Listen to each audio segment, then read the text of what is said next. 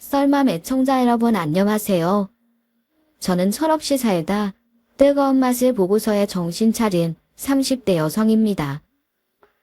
부족함 없이 자라 물정 모르는 저 때문에 부모님까지 곤욕 치르는 걸 보게 됐거든요. 그래서 그제야 땅을 치고 후회하며 잘못 살아온 제 인생을 바로잡기 위해 노력하고 있죠. 오늘 저는 법 없이도 사실 아버지가 저 때문에 당하신 일을 하소연해 보려고 합니다. 한데 막상 사연을 시작하려니 그날 예비시모가 저희 아버지를 무시하던 모습이 떠올라 치가 떨리네요. 지금 뭐 하시는 겁니까? 사돈 입장에서 그렇게 큰 소리 치면 안 되는 거 아닙니까? 아쉬운 사람이 우물 판다는 말도 모르세요? 아쉽다뇨? 그게 무슨 말씀이신지. 아니 장사하신다는 분이 이렇게 말귀를 못 알아들었어야 원. 우리 애 명문대 나와 유학까지 다녀온 사람이에요. 곧 교수가 될 몸이라고요. 그런 사위를 거저 데려가려고 하셨어요. 막말로 여관 잔사나 하던 사돈이 우리 애 같은 사위 보려면 맨발로 나와 업고 가도 모자라죠. 사위 보는 거랑 여관 장사랑 무슨 상관이 있다고 그러십니까? 그댁 아들이 귀하듯이 저희 집 딸도 귀합니다. 그럼 안사돈도 저희 딸을 업고 가시겠어요? 아우 답답하네 정말. 우리 아들 덕에 그 집 수준이 달라지잖아요. 사위 덕에 보잘것없는 여관 집딸이 교수 사모님 되는 거 모르시겠어요. 사돈도 여관 사장에서 교수 장인이 되는 거라고요. 그런데 그렇게 저희 집안을 무시하며 자기 자식만 자랑하던 시어머니가 불과 몇 분 만에 아버지 앞에 납작 엎드리게 됐습니다. 과연 어떤 사연이 숨어 있는지 궁금하시죠? 그럼 지금부터 본격적인 이야기를 시작해 볼게요. 저는 고등학생 때 엄마를 잃었어요.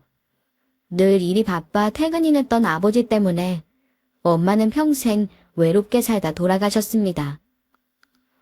엄마가 자궁암으로 마지막을 준비할 때도 아버지는 늘 일이 먼저였습니다.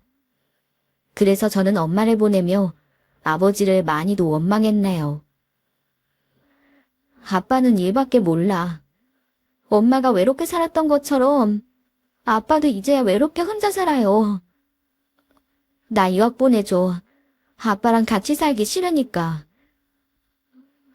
저는 반대하는 아버지를 괴롭히고 설득해 결국 미국 유학길에 오르게 되었습니다. 다낭이 하늘을 찌르는 외동딸을 감당하기 어려웠던 아버지가 백기를 들게 된 거죠. 하지만 미국에 간다고 구멍난 가슴이 태워지는 건 아니더라고요. 아니, 오히려 더욱 처절한 외로움이 느껴졌죠.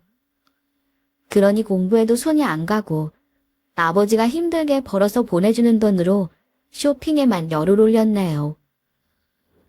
그러다 그저 그런 대학에 들어갔지만 그마저 휴학한 채 허송세월만 보내고 있었어요. 대신 아버지가 보내주는 학비와 생활비는 꼬박꼬박 받아서 썼답니다.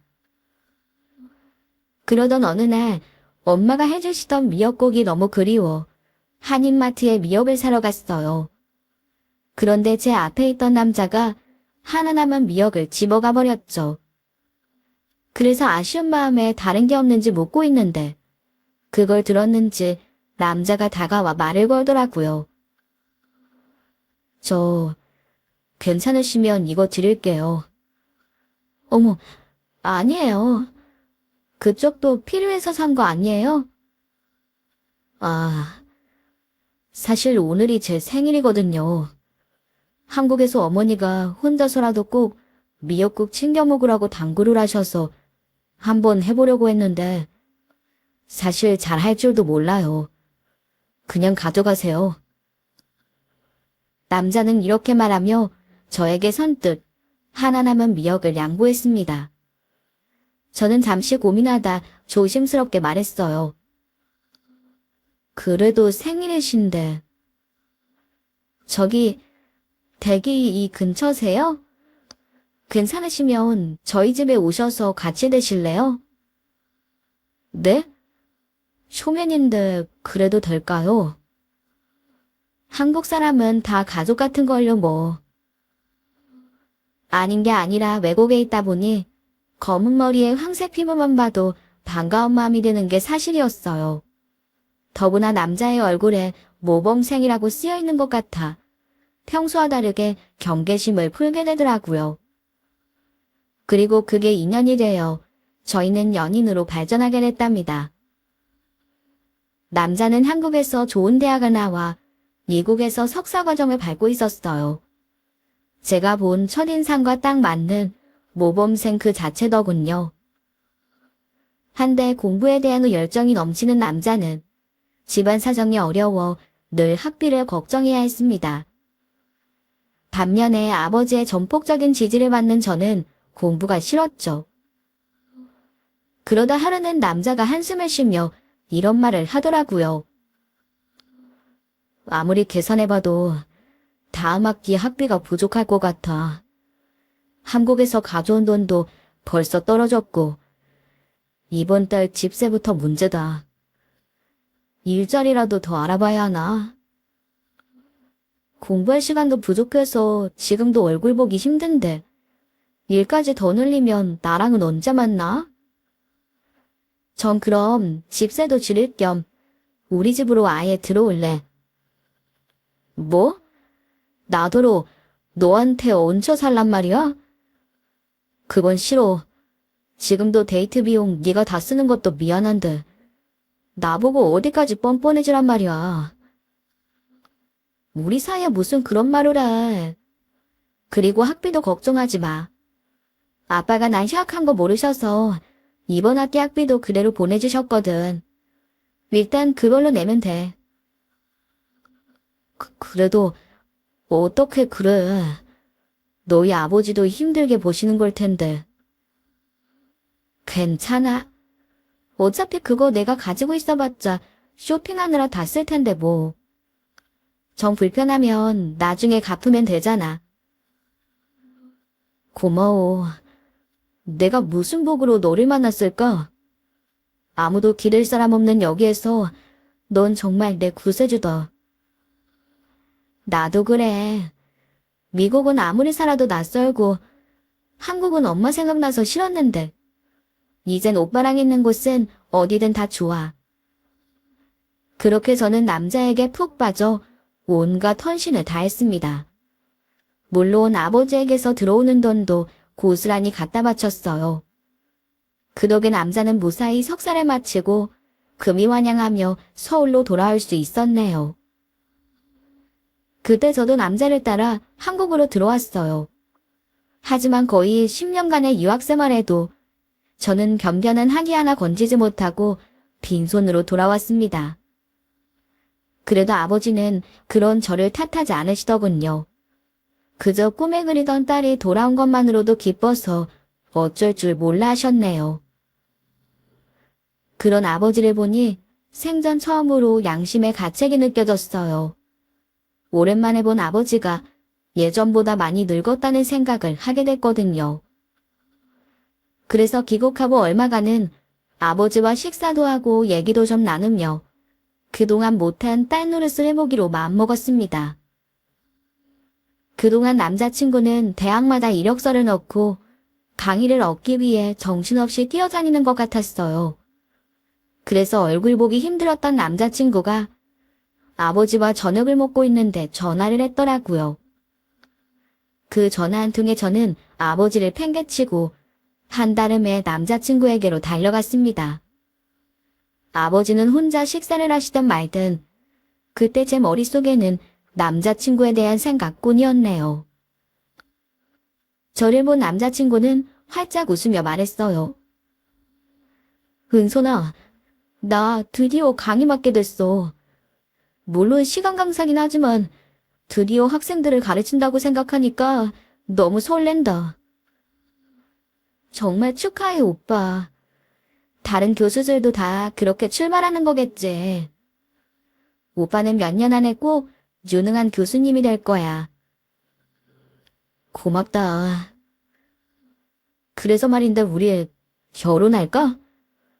물론 지금 내 월급으로는 풍족한 생활은 장담 못하지만 그래도 네가 곁에 있으면 더 열심히 할 수 있을 것 같아. 나랑 결혼해 줄래? 그날 남자친구의 청혼에 저는 눈물을 흘리며 고개를 끄덕였고 며칠 후 예비신에게 인사를 드리게 됐습니다. 한데 시어머니는 저를 보며 탐탁지 않은 얼굴로 물으셨어요. 너는 미국에 그리 오래 있었다면서 대학도 졸업 못했다는 게 사실이니? 그럼 넌 거기서 뭘 하고 있었던 거니? 네? 그냥 제가 원래 공부에 별로 뜻이 없어서요. 아니 공부도 안 할 애가 돈 쓰면서 그 먼 미국까진 왜 간 거야? 혹시 너도 술 먹고 남자들이랑 어울리고 그런 거니? 아니에요. 전 원래 술도 못 마셔요. 시어머니의 말씀에 남자친구가 인상을 찡그리며 말했어요. 엄마, 은선이 그런 애 아니라니까요. 미국에서 저한테도 얼마나 잘해줬는데요. 제가 말씀드렸잖아요.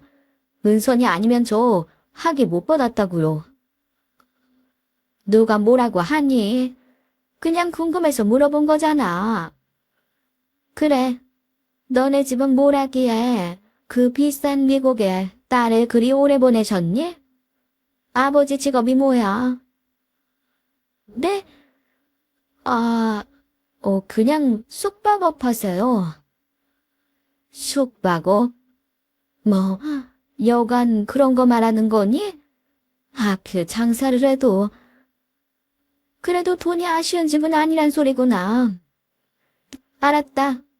상견례는 너희 아버지가 알아서 잡으시라고 해라. 난 아무 때나 상관없으니. 이후 남자친구가 저희 아버지에게 인사를 드린 후 상견례 날짜를 잡게 됐어요. 물론 저희 아버지는 남자친구를 따뜻하게 대해주셨습니다. 하지만 귀국한 지 얼마 안 된 딸이 금방 결혼한다고 하자 아쉬워하시는 게 보이더군요. 저는 뒤늦게 철이 좀 드는지 그런 아버지를 보자 마음이 안 좋았어요. 그래서 남은 시간만이라도 아버지께 살갑게 대해드리려 노력했네요. 그리고 얼마 뒤 저희는 고급스러운 한정식 집에서 상견례를 하게 됐어요. 아버지가 일부러 시댁에서 가까운 식당을 찾아 예약하셨죠. 그래서 네 사람이 만나 조촐한 인사를 나누게 됐습니다. 저희는 아버지와 저 둘뿐이고 시댁은 어머님과 예비신랑꾼이었네요. 저희 아버지가 조심스럽게 그런 어머님과 공감할 수 있는 이야기를 꺼내셨어요. 저도 애 엄마 보내고 앞이 캄캄했는데 사돈도 고생이 참 많으셨겠습니다. 아니 뭐 고생은요. 저희 애는 워낙 어릴 때부터 모범생이라고 소문이 났었어요. 그래서 속 썩이는 것도 없었습니다. 자기가 알아서 공부하고 대학 가고요. 저희 애 어느 대학 나왔는진 들으셨죠? 예? 명문대 나왔다는 거 들었습니다. 거기도 강남 부잣집 애들 다 제치고 과 수석으로 들어갔잖아요. 뭐 천재라고 봐야죠. 아버지가 축켜 세우자 어머님은 어깨가 으쓱해서 지치지도 않고 아들 자랑을 했습니다. 너무 그러시니 듣던 저까지 민망하고 빈정상하려고 했어요. 아버지는 시어머니의 말씀에 계속 맞장구를 쳐줬는데 어머님은 제 얘기에 관심도 없으셨거든요. 그러다 어머님이 갑자기 생각지도 못한 말씀을 꺼내시더군요. 그런데 듣자하니 여관을 하신다면서요? 네? 그렇다고 할 수 있습니다. 사람 자는 곳은 다 똑같으니. 그런 곳이 벌이가 좀 되나 봐요. 은선이 제가 꽤 오래 미국에 있었던 것 같은데.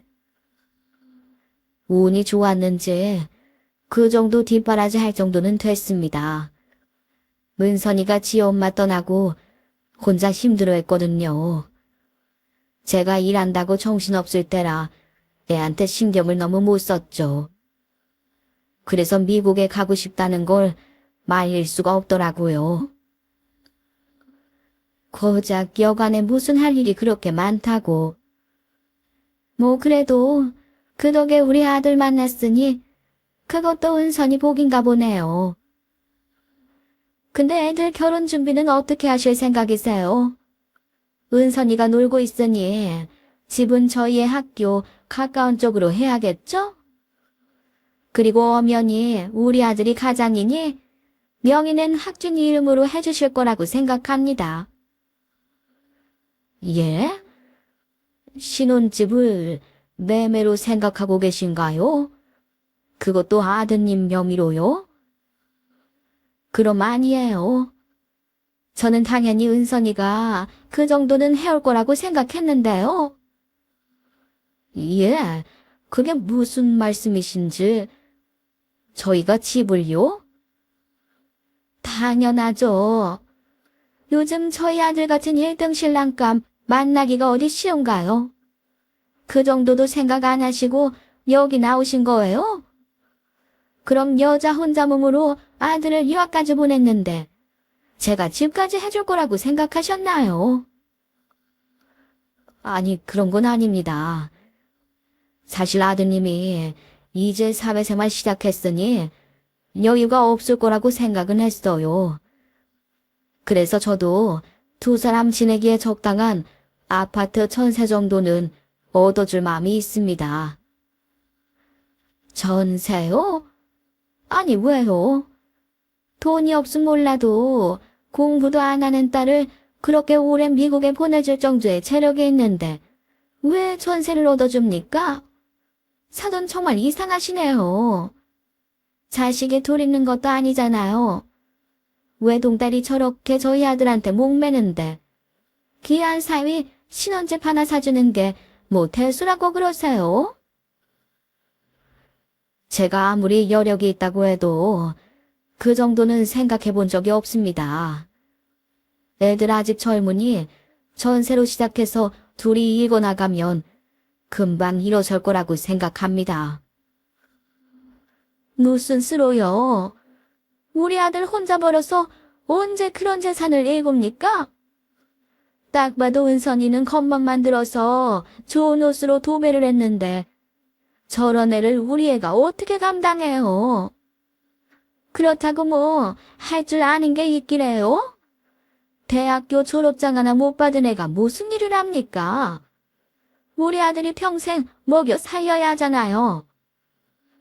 그러니 아버지가 되셔서 그런 아무짝에도 쓸모없는 딸내미 살 집은 좀 책임져 주셔야죠. 더구나 이렇게 넘치는 사위를 얻어가면서요.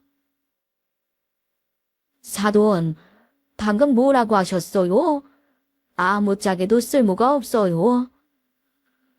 제 말이 뭐 틀렸습니까? 제가 멀쩡한 아들을 보일 거 없는 은선이한테 보낼 때는 그만한 이유가 있는 거죠. 그나마 여관 장사도 장사라고 돈 걱정 덜해도 될 것 같아서 허락한 거예요. 그런 게 아니라면 제가 뭐가 답답해서 그런 집이랑 사돈을 맺겠어요. 이거 더 말이 길어지면 안 될 것 같네요. 저는 분명히 말씀드렸습니다. 애들 20평대 전세로 집 알아보라고 하겠습니다. 그러니 그 문제는 그만 거론하시고 이제 식사하시죠.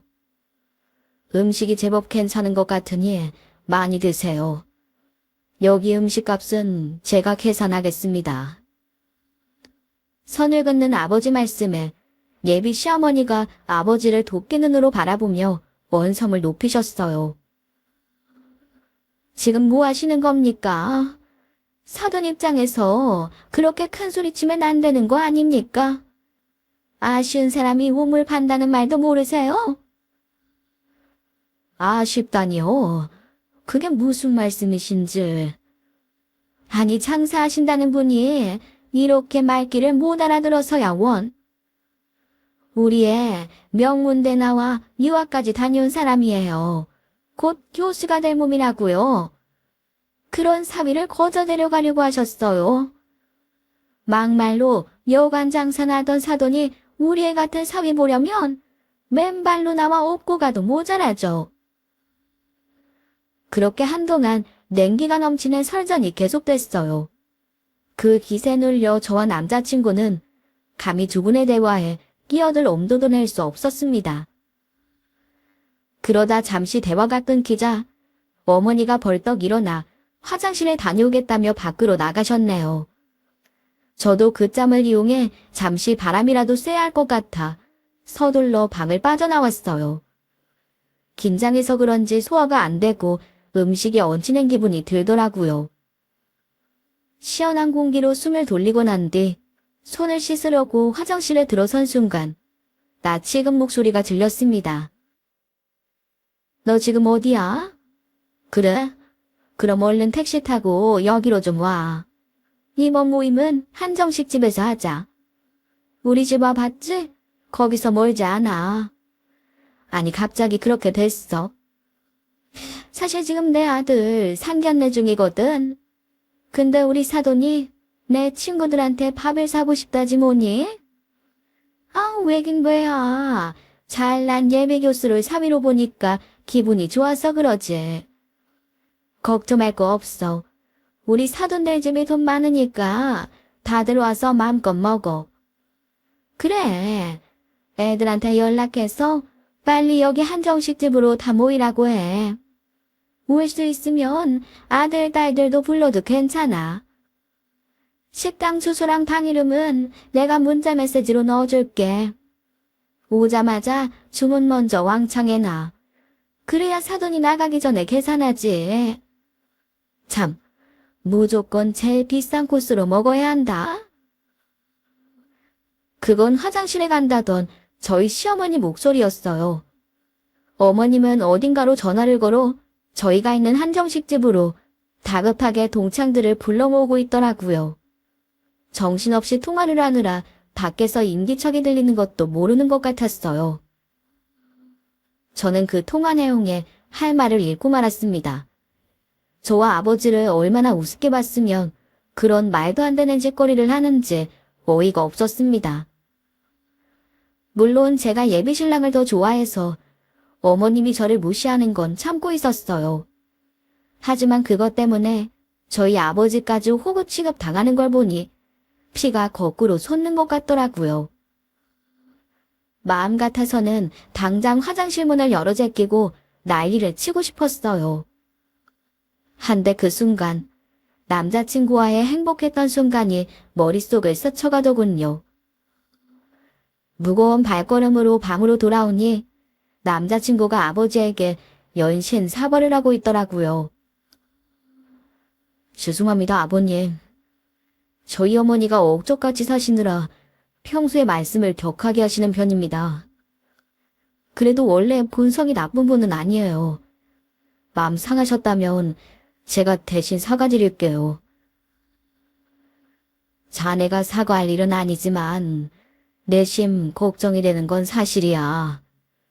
철없는 은선이가 어머님을 감당할 수 있을지 사실 선뜻 마음이 내키지 않네. 네? 그게 무슨 말씀이세요? 저는 은선이 없으면 안 됩니다. 어머니는 제가 설득할게요. 저도 그런 무리한 말씀을 하실 줄은 몰랐어요. 그런데 그때 방문이 열리더니 시어머니가 들어왔어요. 그러더니 미소를 지으며 뜻밖의 말을 꺼내더군요. 사돈, 아까는 제가 흥분을 해서 결례가 많았습니다. 제가 술이 약한데 반주를 한잔하니 술 기운에 마음에도 없는 말을 했네요. 솔직히 은선이가 유복하게 잘한 것 같아 혼수 기대를 좀 한 건 사실이지만 억지 쓸 마음까진 없었습니다. 전세라도 얻어주신다니 감사히 받아야죠. 밤에 나가기 전과는 확연하게 달라진 태도에 아버지는 어안이 벙벙하신 것 같았어요. 저도 놀라기는 했지만 화장실에서 들었던 어머님의 꽁꽁이가 떠올라 미심쩍은 마음이 들었습니다. 하지만 일이 일어나지도 않은 상태에서 제가 섣불리 뭔가 할 수 있는 것이 없었네요. 그때 가만히 생각에 빠져있던 아버지가 무거운 얼굴로 대답하셨답니다. 먼저 그렇게 말씀해 주시니 저도 사과드리겠습니다. 감정이 너무 격해졌던 것 같네요. 그리고 얼마간 제법 화기애애한 시간이 흘러갔어요. 그러다 1시간쯤 지난 후 아버지가 말씀하셨죠. 그럼 나머지 문제는 애들한테 맡기고 저희는 이만 일어날까요? 전세는 두 애들이 위치 좋은 곳으로 알아서 찾아보라고 하겠습니다. 아, 그럴까요? 저기 근데 제가 곤란한 일이 좀 있어서요, 사돈. 네? 곤란한 일이라뇨? 사실 아까 화장실에 갔다가 친구를 만났어요. 여기서 친구 몇 명이 밥을 먹는 것 같더라고요. 근데 제가 상견례 중이라고 하니까 친구들이 사돈 어른한테 밥 한 끼 얻어먹고 싶다네요. 사실 제가 평소에 은선이 자랑을 엄청 했거든요. 착하고 얼굴도 예쁜데 사돈이 능력까지 있다고요. 그래서 친구들이 제 며느리 덕에 공짜 밥 좀 먹어보자고 하는데 거절할 수가 있어야죠. 어차피 사돈이 오늘 밥값을 내신다고 했으니 친구들 밥값 계산 좀 부탁드리면 안 될까요? 예? 그게 무슨... 아, 일단 알겠습니다. 어쩔 수 없죠. 올 것이 오고야 말았습니다. 예비 시모의 눈치 없는 친구들이 정말 상견례장으로 와 식사를 하고 만 겁니다. 저는 먼저 자리를 뜨는 아버지의 뒤를 따라 나왔어요. 시어머니의 통화를 들은 뒤라 금액이 얼마나 나올지 걱정이 되더군요. 아버지가 밖으로 나와 계산대로 향하자 갑자기 격앙된 목소리가 들려왔습니다. 그래서 얼른 달려갔더니 직원이 보여주는 금액이 황당 그 자체였어요. 얼마나 놀랐는지 저도 모르게 계산서를 보며 소리를 질러버렸네요. 320만 원이요? 이거 계산이 맞는 거예요? 아니 무슨 밥 한 끼 가격이 이렇게 많이 나와요? 난실에 계신 단체 손님들이 주문하신 것까지 계산하시는 거 맞죠? 그쪽에서 수라상을 주문하셨어요. 수라상이 저희 최고급 코스입니다. 1인당 20만 원으로 11명이시고요. 그 외에 단품과 약조를 주문하셔서 270만 원 나왔습니다. 그리고 손님들께서 드신 매화상과 약주가 50만 원이라 총 320만 원 맞습니다, 손님. 11명이요? 저는 입만 떡 벌린 채 아무 말도 못하고 있는데 아버지가 굳은 얼굴로 카드를 꺼내시는 거예요. 그래서 제가 막아서며 말했죠. 아빠 하지 마세요. 저 아무래도 이 결혼 다시 생각해봐야겠어요. 그게 무슨 소리야. 그래도 내가 아까 계산하겠다고 말했잖니. 거기다 네가 말은 그렇게 해도 저 친구를 얼마나 좋아하는지 얼굴에 다 보이는데. 아빠가 이 정도는 할 수 있어. 아니요. 제가 아무리 남자한테 미쳤어도 이건 아닌 것 같아요. 아무리 경우가 없어도. 제가 알아서 할 테니까 아빠는 아무것도 하지 말고 기다리세요. 그렇게 말하고는 저는 얼른 방으로 달려갔어요. 하지만 막상 문 앞에 다가서자 좀 망설여지는 겁니다. 아마도 아직 남자친구에 대한 마음을 완전히 접지 못한 탓이었겠죠. 그런데 그때 방 안에서 어머님이 아들에게 따지듯이 호통치는 소리가 들려왔어요. 너 아까 내가 못 들은 줄 알아? 내가 뭘 그렇게 무리한 얘기를 했다고 엄마를 몰상식한 여편네로 만드니? 우리끼리 말이지만 네가 네 입으로 그랬잖니. 은선이네 돈 많은 것 같으니 아파트 하나는 충분히 사줄 수 있을 것 같다고. 너 미국에 있을 때도 제가 호흡처럼 네 수발 들어준 덕에 편하다고 했어, 안 했어?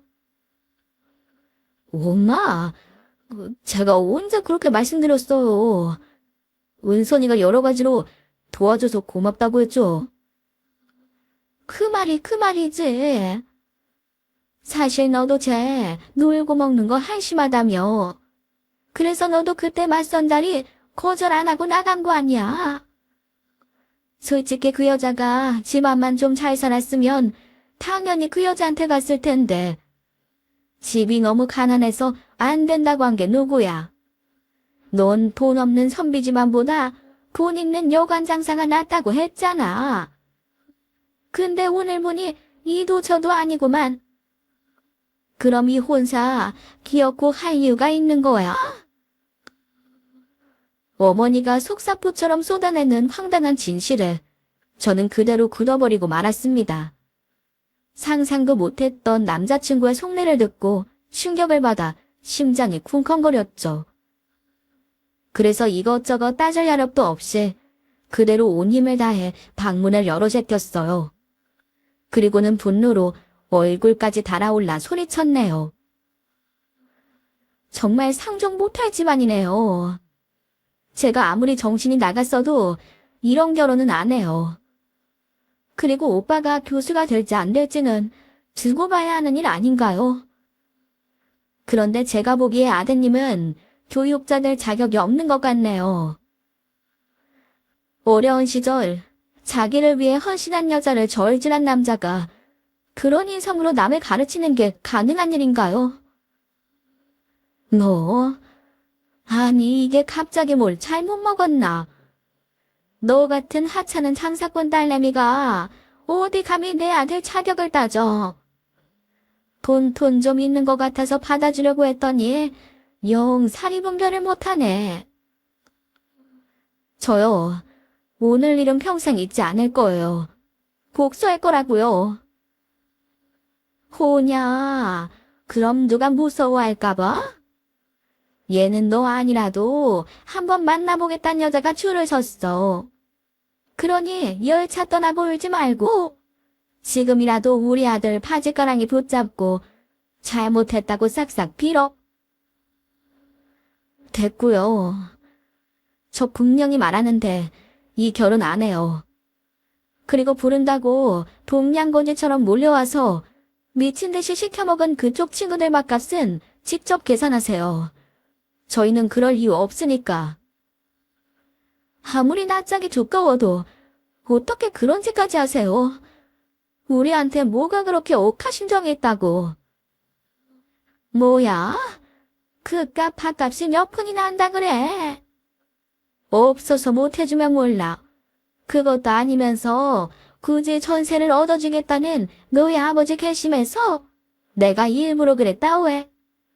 이렇게라도 해야 내 속이 풀릴 것 같아서 그랬다고. 우리 아버지가 당신 아들 집 사주려고 돈 버는 줄 아세요? 여관 장사라고 무시하지나 말든지 어디서 이런 얼토당토 하는 짓을 해요. 그렇게 대치해버리고 있는데 언제 오셨는지 아버지가 제 손을 잡으며 고개를 저으셨어요. 말씀은 없으셨지만 그냥 상대하지 말라는 무언의 신호 같았죠. 하지만 저는 분이 풀리지 않아 결국 눈물이 흘렀습니다. 그런데 그때 갑자기 낯선 목소리가 끼어들었어요. 어머, 지금 일어나시는 건가 보네. 야, 문호가, 우리 오늘 네 사돈 덕에 아주 호강한다. 이렇게 좋은 한정식집에서 최고급 코스라니. 다들 이게 무슨 행제냐고 난리야. 네가 식구들도 데려오라고 해서 우리 손주까지 잘 먹고 있어. 너 청소일하면서 아들 유학 보낸다기에 무리한다 생각했는데 고생한 보람이 있구나. 예상 못한 친구의 등장에 시어머니는 얼굴이 사색이 되어 말을 더듬더군요. 어머 얘, 넌 밥이나 먹지. 여긴 왜 왔어? 얼른 가. 아니 사람이 염치가 있지. 이렇게 잘 얻어먹고 그래도 인사는 드려야 하잖아. 이쪽이 사돈 어른이시지? 안녕하세요. 저 학준이 엄마 친구입니다. 저희까지 이렇게 챙겨주시고 정말 감사해요. 저기 그런데 얼굴이 좀 낯이 익은 것 같은데 혹시 우리 어디서 뵌 적이 있던가요? 아닙니다. 저는 초면인 것 같은데요. 그럼 저희는 이만 가보도록 하겠습니다. 그러면서 돌아서려고 하는데 갑자기 상대가 뭔가 떠올랐다는 듯 손뼉을 치며 말했어요. 어머나, 혹시 회장님 아니세요? 얼마 전에 어디 다른 호텔 합병했다고 TV에 나와서 기억나네요. 맞죠? 제가 눈썰미가 보통이 아니거든요. 그 말에 남자친구와 그 어머니가 깜짝 놀라며 눈을 크게 떴습니다. 그리고 예비시모가 믿기 힘들다는 표정으로 물었어요. 뭐라고? 너 지금 뭐라는 거야? 회장? 그래. 호텔 몇 개를 거느린 회장님한테 여간 장사라니. 너도 참 웃긴다. 그나저나 뉴스에서만 뵙던 분을 이렇게 직접 만나게 되다니 정말 영광입니다. 아니 내가 무슨 복에 제보를 실제로 만나니? 오늘 로또라도 사야겠다 정말. 주책 없는 예비시모의 친구는 호들갑을떨며 저희 아버지의 정체를 만천하에 공개했어요. 그러자 아무 말 못하고 있던 남자친구가 그제야 저를 향해 입을 열었습니다. 은선아, 이게 어떻게 된 일이야? 아버님이 정말? 난 거짓말한 거 없어. 호텔이나 여관이나 숙박업이긴 마찬가지잖아. 거기다 내가 돈 없는 거지 흉내내고 다닌 것도 아니고 새삼스러울 것도 없는데 뭘 놀라고 그래? 왜? 보잘것없는 여관집 딸이라 생각했는데 호텔 딸이라니 뭐가 좀 달라지니? 아니, 달라지긴. 나는 여관이나 호텔이나 상관없어.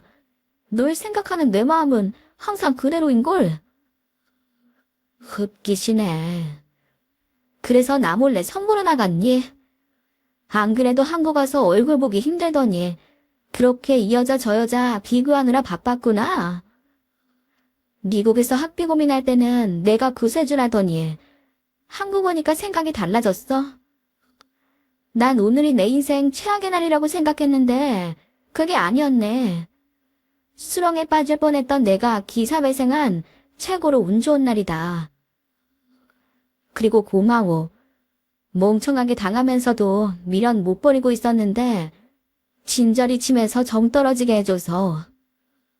마음 같아서는 너한테 해줬던 거 다 돌려달라고 소송이라도 하고 싶지만 그건 그냥 적설했다고 생각할게.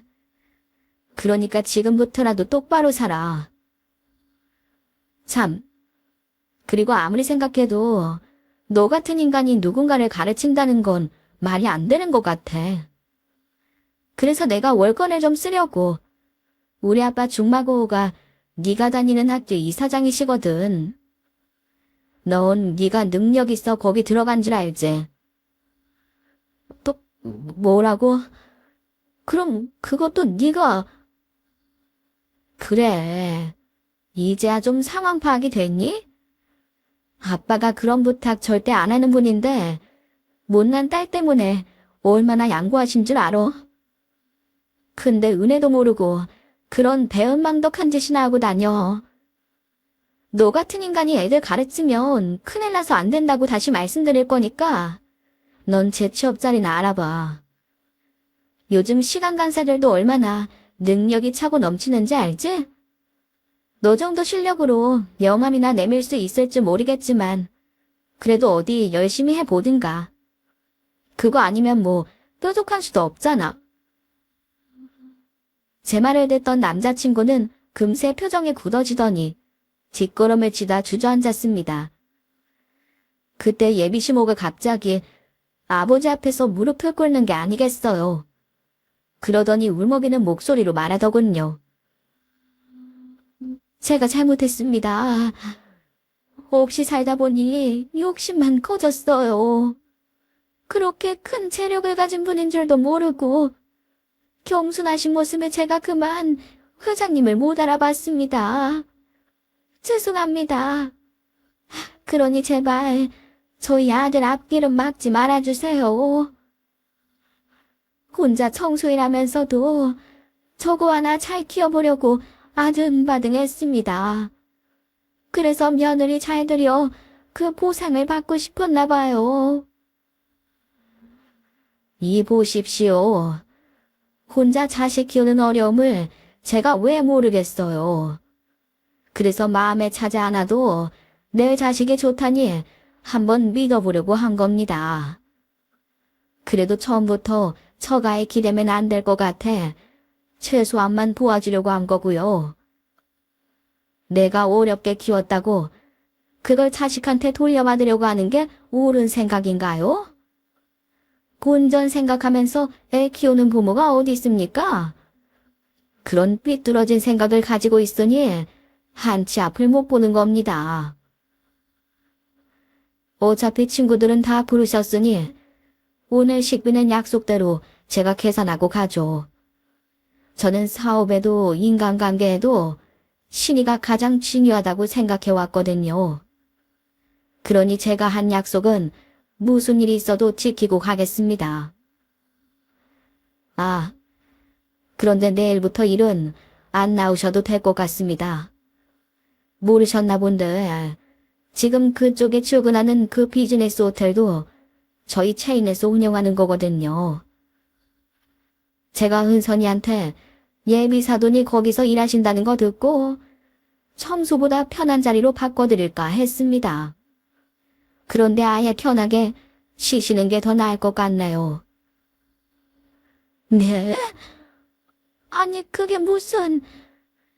학준이 얘도 강의 못하게 만든다면서 제 직장까지 뺏으시면 어쩌란 말입니까? 은선아, 내가 잘못했다. 너 우리 아들 정말 좋아했잖아. 이대로 우리 굶어 죽는 꼴 보고 싶은 거 아니지? 그러니 제발 좀 살려다오. 그 맞선 자리는 내가 나가라고 해서 억지로 나간 거야. 얘는 절대로 안 된다고 했는데 내가 밀어붙여서 그렇게 된 거라고. 그것도 딱 한 번뿐이었어. 그러니 제발 마음 풀고 우리 아들 좀 받아줘. 내가 보기 싫으면 다시는 네 앞에 나타나지 않겠다고 약속하마. 정말이야. 저는 이미 남자친구와 예비시모에게 실망할 대로 실망한 상태였습니다. 그래서 그들을 남겨둔 채 아버지와 함께 자리를 벗어났네요. 그리고 돌아오는 차 안에서 눈물을 흘리며 제 인생을 반성했어요. 저는 엄마가 돌아가신 걸 전부 아버지 탓으로 돌리며 원망했습니다. 하지만 제가 엄마를 잃었듯 아버지 역시 평생의 반려자를 잃었다는 생각은 하지 못했어요. 그때 아버지는 충분히 젊었고 재력이 있었음에도 재혼을 하지 않고 저만 바라보고 있었는걸요. 그리고 아내가 남겨준 자식 하나 잘 건사해보려고 도단위도 노력하셨죠. 유학 가겠다고 발악하는 저를 어떻게든 곁에 두고 싶어 하셨고 고집에 못 이겨 미국에 보내놓고도 안절부절 못하셨어요. 그래서 제가 달가워하지 않아도 매일 전화로 안부를 묻고 정신없이 바쁜 와중에도 스케줄을 조정해 저를 만나러 오셨습니다. 하지만 저는 아버지의 노력을 보지 않고 모든 대화를 거부하며 아버지를 피하려고만 했던 거예요. 그러면서 제 귀한 인생도 낭비하고 말았네요. 아버지가 피땀으로 일군 결과로 잘 먹고 잘 사는 것도 모르고 헛된 사랑만 쫓느라 제가 어떤 취급을 당하는지도 몰랐던 겁니다. 이런 생각을 하니 저는 그제야 정신이 번쩍 나고 아버지에게 눈물이 나도록 죄송한 마음이었어요. 그래서 그날 저는 오랜 시간 가슴에 쌓아놓기만 한 이야기를 털어놓았죠. 아빠, 제가 잘못했어요. 아빠가 아무 말 없이 기다려줬지만 사실은 이런 딸이 얼마나 답답했을지 이제 알 것 같아요. 그래서 이제 달라질 거예요. 아무도 저를 만만하고 우습게 여기지 않게 노력해야 한다는 걸 알았거든요. 그래야 여간집 딸이든 호텔 딸이든 상관없이 존중받을 수 있을 것 같아요. 저 내일부터 아빠 호텔 중에 하나에 말단 직원으로 넣어주세요. 제가 그거 하나만 마지막으로 부탁드릴게요. 거기서 열심히 바닥부터 배워서 아빠한테 부끄럽지 않은 딸이 될게요. 사실 제가 아버지의 재력을 숨긴 건 딱히 별다른 이유가 있어서는 아니었습니다. 그저 그 호텔을 일구느라 가족에게 소홀했던 아버지가 미워서 밝히고 싶지 않았던 거죠. 하지만 지금은 그런 아버지도 아버지의 호텔도 자랑스러워요. 그리고 저도 그런 아버지에게 자랑스러운 딸이 되기 위해 노력하고 있답니다. 이제는 호텔 일을 배우기 시작한 지도 벌써 3년이 넘었어요. 작년부터는 야간에 대학교 부설 평생교육원에서 호텔 경영에 대한 공부도 시작했네요. 그렇게 열심히 살다 보니 저도 제법 괜찮은 사람이 되어가고 있는 것 같아 뿌듯합니다. 한데 저에게 인생의 쓴맛을 가르쳐준 남자와 그 어머니는 아직도 변함없는 밑바닥 인생을 살고 있더군요. 야, 나 아직도 강의 못 잡았어. 난 내가 잘난 줄 알았는데 세상에 능력 있는 경쟁자가 왜 이렇게 많냐? 하긴 석사 출신인 나보다 훨씬 학벌 좋은 박사들도 강의를 못 잡는 판에 그게 어디 쉬운 일이겠어? 돈이 있어야 박사도 시작하는데 지금처럼 동네 보습학원에서 초등학생들이나 가르치면서 입에 풀칠만 해서는 엄두도 못 내겠다. 그리고 우리 어머니는 너네 호텔에서 쫓겨나고 건물 청소하다 계단에서 낙상하셨어. 그래서 지금은 아예 거동도 못하고 구들짝만 쥐고 누워 계신다. 나 정말 벌 받는 건가 봐. 남자는 술만 마시면 아직도 제게 전화를 걸어와 이런 자신의 상황을 한탄하는 이야기를 해요. 물론 제가 그 전화를 받지 않으니 일방적으로 음성 메시지만 남기지만요. 혹시 여러분들 중에도 가족에게 서운하거나 오해가 있으신 분이 계실까요? 그렇다면 제 사연을 듣고 늦기 전에 마음을 터놓고 화해하실 수 있기를 진심으로 바라봅니다. 그럼 여러분 모두의 가정에 평화가 함께하기를 기원하며 저는 물러가겠습니다. 감사합니다.